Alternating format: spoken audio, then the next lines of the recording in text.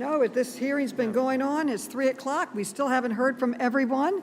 And the gentle lady from Massachusetts is a leader on this issue in the Women's Caucus and on this committee. Ms. Pressley, you are now recognized. Reclaiming my time.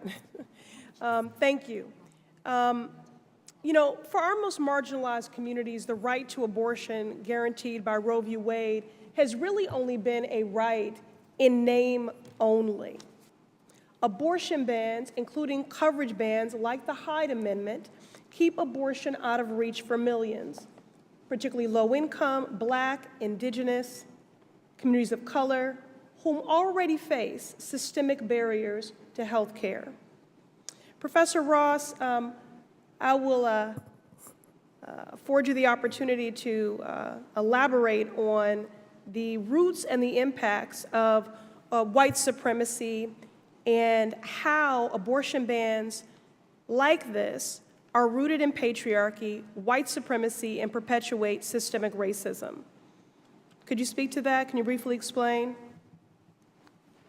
the ways in which abortion bans and restrictions are rooted in patriarchy, white supremacy, and perpetuate systemic racism?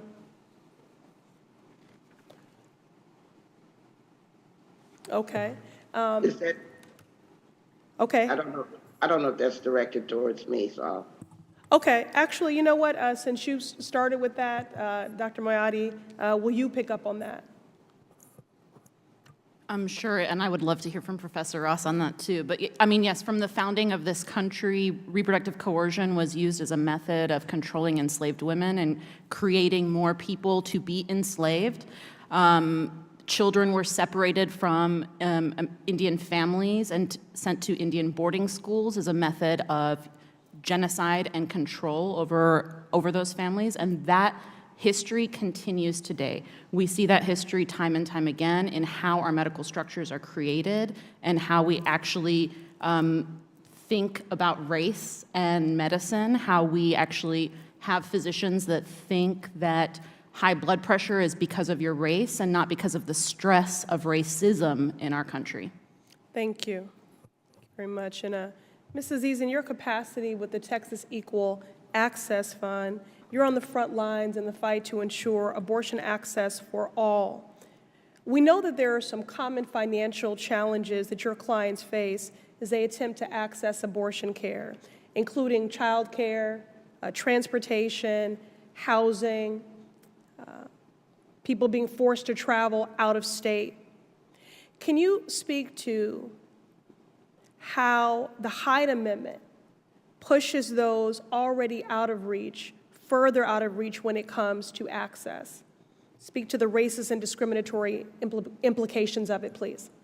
Thank you for your question. So absolutely, I mean, the Hyde Amendment is in place as a tool to discriminate against minorities because people that are wealthy will always have access to abortions. You know, even in their case, I think their access should be easier because I think abortion should be easy to access no matter what.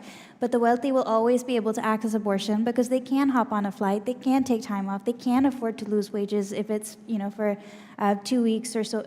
They're things that people that have more money are able to do. However, for minorities, for people in rural areas, for minors, for trans folks, for any sort of vulnerable community, again, you know, I just want to remind people that it's not just women that have abortions, and when we keep saying women, we're excluding a lot of people from the conversation. So I just want to bring it back to that. I'm sorry, one more. Thank you, Ms. Aziz. Thank you. And so, again, given these cost-prohibitive barriers here and the impact of things like the Hyde Amendment, which push care further and further out of reach, abortion funds have really been standing in the gap of that, but it's long past time that Congress eliminate the Hyde Amendment. Earlier this year, the House made progress in doing just that by passing a historic budget without Hyde, but the Senate absolutely needs to follow suit, and this moment really demands it. Dr. Moayedi, the impact of these abortion bans are not limited to those residing in the states where they are in effect. As a provider who is on the ground, can you share how the ripple effects may be impacting broader abortion access across the nation? Yes, thank you so much for asking that. Just this week, I was in Oklahoma City providing care not only for people in Oklahoma, but for people from as far as San Antonio, Texas. That's over 8 hours to drive for care. Ordinarily, when I provide care in Oklahoma City, maybe 7 to 10% of the people in our clinic are from Texas, and specifically the North Texas area. This week, over 70% of the people I took care of were from Texas. That means also that those clinic spaces and appointments for people in Oklahoma are moving outside of the state as well. I'd also like to remind people that prior to SB 8, Texas was a place where people would come for abortion care too, specifically from Louisiana. And so that is pushing that care from Louisiana outside of Texas as well.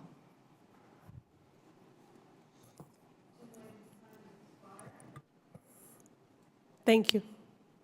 Gentlelady's time has expired.